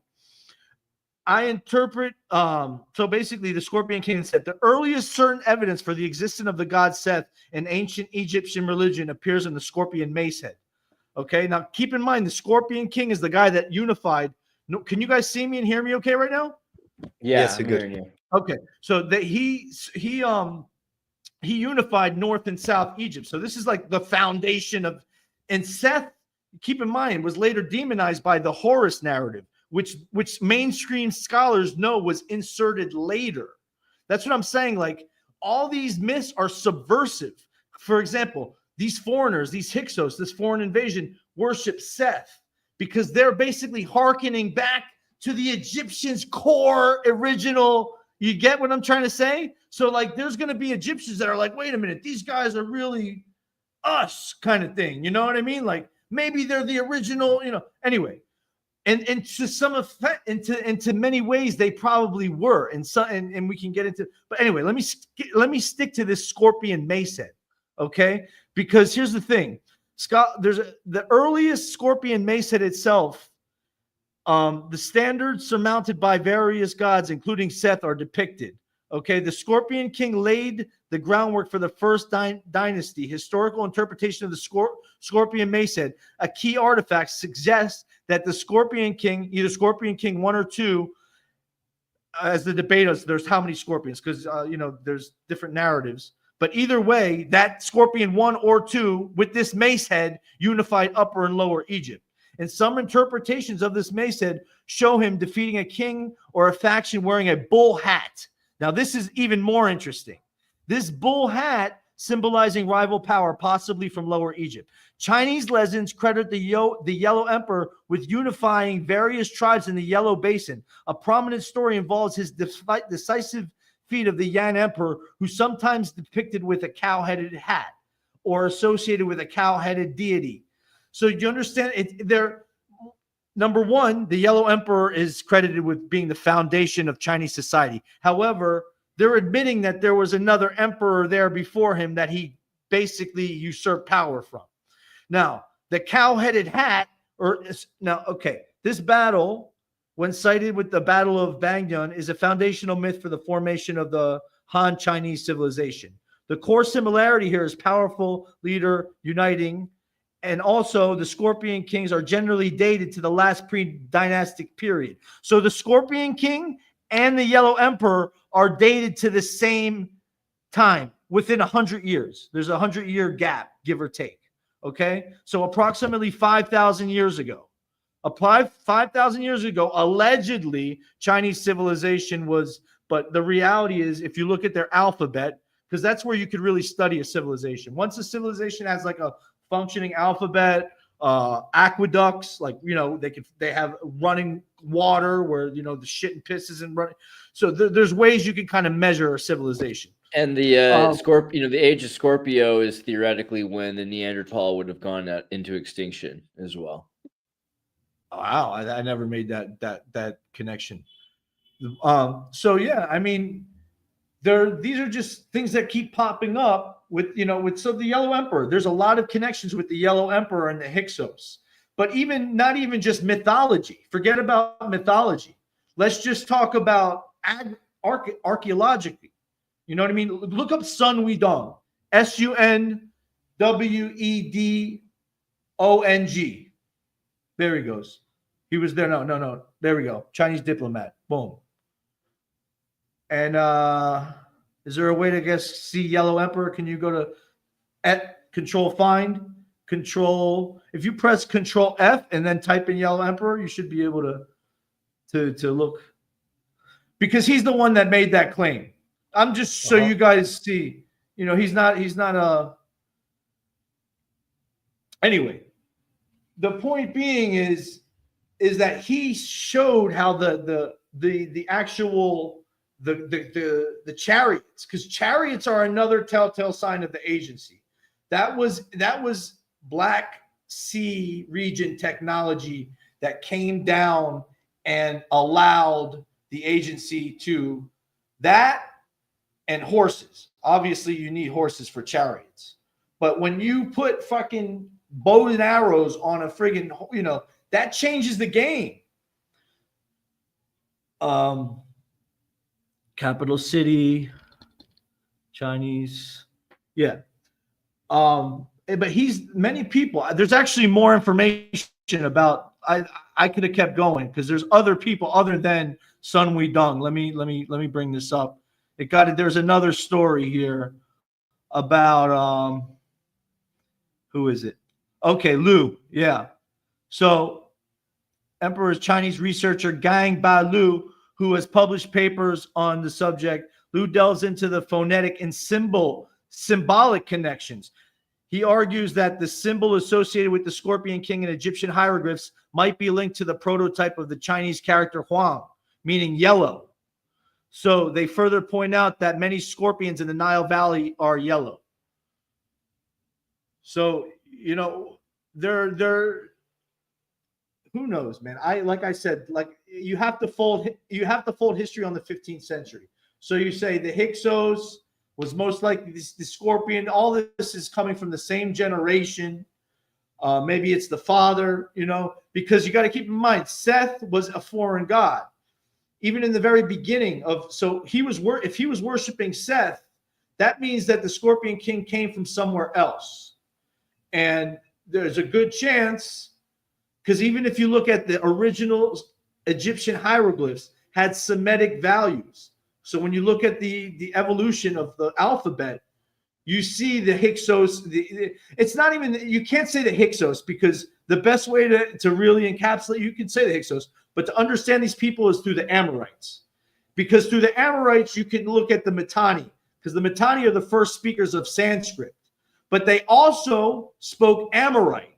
So you'll see there's a lot of cultures that they speak multiple languages. Like their second tongue is Amorite.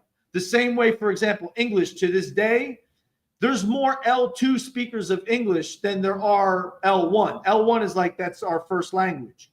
But there's actually more people in the world that speak English that weren't born into speaking English. That's what that's when that's real power projection. Honestly, that's when you're really talking my language, like literally. You know what I mean? So this is where you could really understand dominance, is alphabets and language, because this is what you call soft power. This is how we domesticate each other, is by teaching each other our languages, and it's a form of submission. And so we have to ask ourselves, who's doing this? Why are they doing this? And what's the point? And like I did, I speculated on that, and But these are interesting connections, man. Yes, most certainly. Unfortunately, like I said, I'm out of my depth with this deep historical stuff. I'm not sure if on the last show I talked to you about the Berlitz language school. That's one interesting tidbit that I found. So what we have here is the Berlitz Corporation, which was, first of all, it's interesting because this was only founded in 1878 to teach people, I guess, initially it was about French, right? And they have this interesting technique called immersion technique, which even still to this day you can buy, which basically means you have someone running around with you all day and teaching you the language or speaking to you in that language which you want to learn. I think Andreas at one point said like, oh, sounds like Jesuit training. I don't know, but anyways, it's curious that this was only founded in 1878, almost as if prior to that, for whatever reason, there was no need for a language school, at least not for the masses or whatever it is. Of course, this could go both ways. This could both go the direction of teaching the public. At the same time, it could go into the direction of teaching a certain elite or a certain new seat population of a region that is to be nationalized. Because as we understand, even from Glebnosovsky and Fomenko, they talk about the old empire falling apart. And then apparently the regional governors, trying to get their horses together. And one of the ways to do that, of course, is by creating a common language, which can then also allow you to solidify your power base to potentially pit against other former regional governors, which now in some way may be your enemies. This is only my interpretation and speculation, of course. However, since you brought up the aliens earlier, what is very, very curious is, so you have this Maximilian Berlitz, who was the founder, I mean, look at his mustache, officially of this language school. But then who do you have? Almost 100. That's kind of badass. Not for nothing, it's not easy. 100 years later. You're getting there. Yeah, 100 years later, you have somebody by the name of Charles Berlitz. And one more reason why I'm absolutely suspicious of any and all of the alien narratives by now. Of course, first of all, what is an alien? Technically, I would be an alien if I would go to the US, so we have to consider that. But what do we have here? This is the grandson of Maximilian Berlitz, who founded this language school, which still exists, which kind of points to me that this is a relevant family or important business or agency approved, however you want to call it.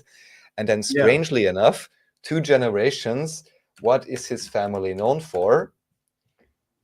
He wrote all these books on anomalous phenomena, including Atlantis, Bermuda Triangle, Philadelphia Experiment, and the Roswell incident.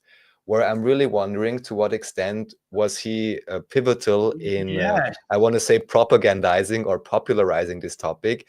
And then again, we have to take an even closer look. What of it may be based on a real story, and how much of it, as always, has been manufactured, switched around, changed about to further whatever next is on the agenda list. Yeah. No, that's very interesting. It's in Roswell too.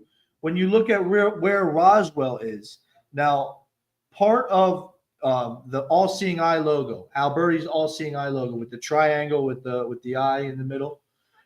DARPA, which is the Defense Research Project, something or another. It's basically United States technological powerhouse workshop, so to speak, where we get all our latest technology. And this has been happening.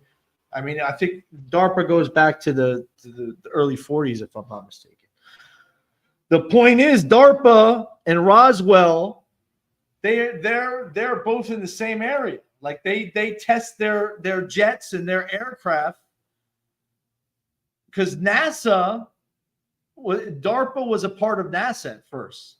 And they said, oh, we're just testing rockets and this, and eventually they just made their own thing.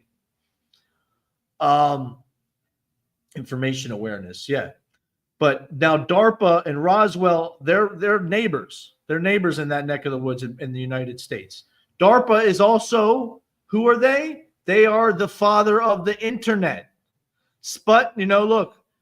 Look, Dwight D. Eisenhower, he's definitely an agency guy. So, think about that. DARPA came from the United States Defense Department. This is where the internet comes from. Now, all the most cutting edge technology that we use in warfare has been coming out of this place. So what makes you think the internet is not a weapon? And it's not just a way to, because now cryptography is actually labeled as a weapon, like before in Alberta's time, or even in Turing's time, even with the Enigma machine, we still didn't. But now with the internet, we classify it as a weapon, because this is what hackers are. Hackers are essentially cryptographers. Totally. It's code. But yeah, DARPA, it's fascinating. Alberta's logo. Then you got cryptography as the foundation of spying, of espionage. Then you got, this is where the internet came from. And it's related to the U.S. military technology. And it's right next to Roswell. This is where the stealth bomber came from. DARPA. You know what I mean? That thing looks like a UFO. That's why when I see UFOs, I'm like, this is stuff that comes out of people like DARPA. I mean, if I'm wrong, I'm wrong. I hope I'm wrong. That's why I'm saying it so cocky, like, because I want a fucking alien to come fucking prove me wrong. Please, you know what I mean? Like, come on. That's why I'm sounding like this, because this is usually how someone sounds when they're going to get knocked out or something. Yeah, I never seen a fucking alien, man. Bring it. Come on. I need an alien because I'm dying. As you correctly pointed out, there is this saying, I want to say it's Arthur C. Clarke, any sufficiently advanced technology is indistinguishable from magic. And at the same time, like you pointed out, if there are individuals, and it doesn't even necessarily have to be higher IQ, I would wager, but just advanced knowledge, privileged access, and so on, you can make yourself as Kamala Harris used to say. As Kamala Harris used to say, there's no such thing as an alien. There's only undocumented workers, right? Yeah. Hey, there he goes. Where you been at? Where you at? I'm here. So yeah, bro. Friggin' sorry if I was over talking you earlier. If I scared you away. I've been here the whole time. I've just been having some glitch with my video, so I just turned. Can I use this opportunity while you guys are here, so you guys can talk for a minute, so I can take a leak? Yeah, for sure, man. I'll be back. Going for really hard in the paint. Well, we can think about what he's been saying too, because there's a lot that we can digest here, and it's all interesting bringing up the Berlitz School too, because it does come back to this idea of an agency or imprinted reality that we're supposed to accept as some sort of truth. But there are a lot of these stand-in characters that it's funny to call them spies. You know, I wouldn't necessarily say that's exactly wrong, but it's maybe not the perfect definition. You know, these are students of the world, right? They're trying to figure out what people believe in different places and to accelerate them. I think also it was very interesting. I think the audience would agree, talking about Alberti and was it Netzaquatl? You know, the connections between the Aztec artisans and the, you know, Italian artisans. There's definitely something to it. It's impossible to ignore how fascinating they were as a people, but also how genocidal and bloodthirsty. I mean, that might be the most European thing about the Aztecs, right? Like they're all about human sacrifice. And you know what's something I didn't bring up, guys? I'm sorry, real quick, while we're still on this, please. because the aqueducts. This is another. Yes, this is why right? it also ties in, because Suspicious, isn't it? The Spanish aqueducts in Mexico for Rome, but it was Netzaquatl. This is what I think it was the Mexican, not the Mexicans. It was Netzaquatl, because after all, it was the Mexicans that killed Netzaquatl's father. And right. This is a historical fact. This isn't part of my story. The thing is that, but Netzaquatl, listen, we got to give him credit. If you go, for example, the $100 bill in Mexico right now is with Netzaquatl's face. Yeah, like, he's revered. It's not like they shun, you know. But aqueducts, it's fascinating. Pachacuti too, aqueducts. Now, all of a sudden, Mexican aqueducts too. Look up Mexican aqueducts. These three guys are specializing in aqueducts at the same time, and that's what I mean. I think the Roman aqueduct construction, and this is a controversial statement, came from the Americas. So I think that's the funny thing. They show these. They say that the Mexican aqueducts are produced in neoclassical style 500 years ago, right? But there's just, if you look at the Mexican aqueducts, very briefly to point this out, long. They're everywhere. This is going to blow your mind. I didn't bring this up too, because all right, so not just Amerigo Vespucci. It was which Medici was it? Lorenzo Piero di Medici. It was one of the Lorenzo. There was a lot of Lorenzo Medicis, but Lorenzo something Medici was the one that gave the coordinates. Also gave the coordinates to Vespucci, but also Alberti worked on the map with astronomy with Toscanelli. Okay, so if you want to look at Toscanelli too, real quick, Toscanelli and Alberti, or you could go to Alberti's page and you could see Toscanelli's with an O. I'm sorry. So the point is that the Mexican aqueducts are. They're freaking huge. Guys, check this out, because this proves my point. This is pretty wild. I hope someone picks up on this. He son of a bitch. I'm sorry. All right. Toscanelli. No. We're back. So Toscanelli worked with Alberti, and Toscanelli was the one that gave Columbus the map. Okay. Now also Amerigo Vespucci, which is allegedly where we get the name America from. Amerigo Vespucci got his information about the Americas from Lorenzo di Medici. Lorenzo di Medici was Alberti's, like he tutored Alberti. It was like Aristotle and Alexander the Great. Alberti was Aristotle to friggin' to that Medici. So there's two things plugging Alberti, not just the Toscanelli map to Columbus, on the Vespucci end too. You can't deny those two things, bro.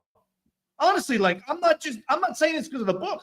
I'm being dead ass. Like, I mean, Medici's also responsible for when we think of, Roman Renaissance art, or even just when you think of like Michelangelo, right? Well, Lorenzo Medici sponsored Michelangelo. I mean, the reason why we think of that art style is Medici, the House of Medici. And think about they're responsible for what we think of modern Saturnian Catholicism. Yes. Yeah, I should keep letting you talk, because honestly, everyone's probably waiting for you to talk. They're probably like, bro, but think about what Medici and Leonardo, these guys were obsessed with horses too. Why is horses such a thing? And Botticelli too, yeah, it says there. These guys were so obsessed, because the horse is what I believe because if you look at the Latins, who the Latins are, they're a tribe from the Caucasus or from Hungary that came down. They're like Celtic Hungarian. I'm not exactly, I could stand corrected, but it's all about horseback, man. When you talk about getting out of the Stone Age and European dominance, that was one of the first displays of a technological power projection. But you see this technological power projection repeating itself. First, it started off with just the horses, then the chariots on the horses, then the scythes on the horses, then the bow and arrows on the chariots. But basically what you're seeing emerging out of this Black Sea region is a technologically advanced culture that is perpetually coming to the lower hemisphere for resource extraction and different reasons. There's like I said, there's probably a lot of different reasons. Zoom in on that coin really quickly. It's cool you're pulling this up. So the positive conspiracy is the implication to assassinate Lorenzo and his brother Giuliano. More than 80 people were hanged in windows. And look, if you click on that coin, you can see it pretty clearly. The triangle. You can see the all-seeing eye pyramid. There's a lot. The House of Medici is. It runs deep, man. It does run deep. And you know what's funny though? Alberti's family, they were no pushovers. For example, most people in Italy were named after the town they were, like Da Vinci, for example. Leonardo da Vinci's a town. So when a commoner would basically be named after their first name, but people like Alberti, these names were deeply embedded into the Florence. My point being is made man. Sicilians will call it a made man who made a self-made man, right? Make a name for yourself, right? His grandfather, like their family had a shipping. If you look at the Alberti family, you can look it up on the Wikipedia. You'll see they had shipping ports in Syria, in Jordan, in Greece, all over in random parts of the world, which at that time is extremely rare. Basically, every part of the world except for the Americas, and I don't think China or anything or even Russia. But my point is, it was extensive. So clearly, this family was traveling the world based on the world that they knew. So who's to say that this family wasn't able to get into the Americas? If you look at the Alberti family, you'll see they had access to huge boats at the time, like world-class boats. You know what I mean? But that was in Venice. His family was from Genoa, allegedly. Like I said, his mother was most likely from Columbus. Mexico. But if you just look at the history, because Alberti is a cipher. I think Nezahualcóyotl used the name Alberti to encipher this whole narrative, because you could pick it all apart by his biography and his life, his timeline. This is the Alberti cipher, right? Now, people attribute that's a polyalphabetic cipher. But if you start looking into, where cryptology come from, you say, wait a minute, Al-Kindi was one of the first to develop cipher analysis. But where did Al-Kindi get it from? He got it from Julius Caesar, because that's a polyalphabetic cipher, but Julius Caesar developed the first monoalphabetic cipher, which is basically an easier one to crack, and it goes before that. You can see the Alexander the Great in Greece with the Scytale cipher. So how, who's the king? Where did these ciphers start? Where did they end? If Alberti developed the first polyalphabetic cipher, and you're crediting him with the first the king of European. What about Caesar? What about Alexander the Great? Are they not Europeans? And what makes the polyalphabetic cipher so much more special? Anyway, that's besides the point. What's really fascinating, though, is definitely how the Voynich manuscript ties in with the polyalphabetic cipher, because they're saying that the way that this thing is developed is based on something like that. And they're saying the way that it was inscribed has something to do with Roman numerals, which at the time would have been Alberti's main thing. But they're also associating it with Nezahualcóyotl's language. And they're also associating it with several other things, because like I said, this document has been around and has been remixed. Like they see, if you look at the Voynich manuscript, it's been in multiple people's hands and multiple people have done things with it. So, and all these people that have touched it have their hands in espionage. That's why you can't deny there's a conspiracy. There's definitely there's this whole idea of subversion and subverting cultures from within.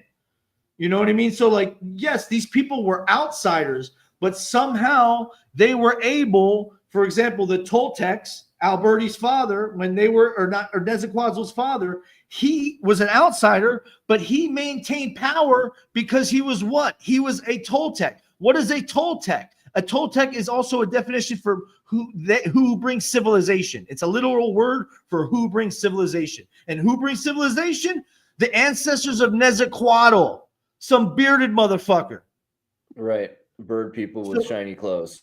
And there's no indigenous people in the America do not have beards, guys. And even if you look at depictions of what they said, there was light-skinned people in the Americas.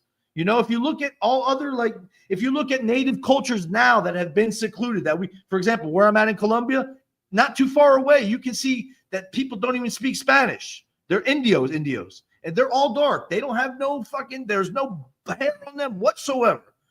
Honestly, the guys and the girls. So you have to say, how are they being depicted like this? Why are they? So are you speaking of this language where it says Tlatoani? Is that the one you're referring to? No, I'm talking about Nahuatl. Nahuatl. Okay, because this is related. Right there. I got here because I got here through Nezahualcoyotl's father.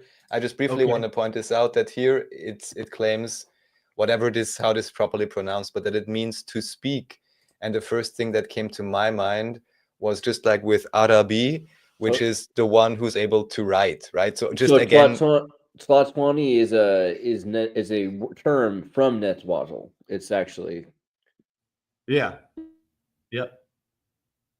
And it's interesting that his father's like homeboy, his main guy that was the main guy that was responsible for erasing all Aztec history before the Spanish came, was named Obsidian Serpent. You can see that these guys basically collaborated together to like, they were, and keep in mind, Nezahualcotl worshipped a monotheistic god that wasn't into human sacrifice. This is also very important to highlight. Okay. And there might be something on the language thing that you're, I'm sorry, I just want to say, because like what Raph was saying, just the idea that to rule or to be a sovereign comes from this Nezahualcotl term, Tlatoani, which means both to speak and means to be a ruler or a sovereign. I mean, that's what, Rudolf Steiner talked about, this idea that there were kind of like the Taoists talk about this too, panpsychism amongst the early primitive humans, and then all of a sudden a grammatical or verbal ruling class emerged. And this would explain that pretty clearly. Yes, and that's why I keep tagging the alphabet to the agency, because that is a telltale sign. And not only the alphabet, the lingua franca. That is the best way I can say it. Number one, see what alphabet at any given time in the world is being used by the most people, or not even by the most people. Frankish. Because, you could get it. Back to the Macron thing with Africa, right? Like, what is this nationalism? The Ferengi, also Ferengi is Arabic for Frank, which means foreigner. So like the foreign language, right? It's supposed to be the like native tongue. It's kind of funny. That's interesting. Yeah, I never got too much into French history. Napoleon's fascinating, like the Napoleonic era, but even then I didn't get too much into it. Because the dude's from Corsica, and Corsica's cool, but like it makes you wonder, like, what is France? Like, what the heck is Germany? They call it the Frank Reich, Yeah. So there's just one thing I need to tag on to that. So Napoleon, again, I know this only through David Ewing Jr., Nabeleon, so the lion prophet. Also, according to his research, it may well be that about 1700 to 1800, maybe a wholesale, maybe a wholesale inserted century unto itself.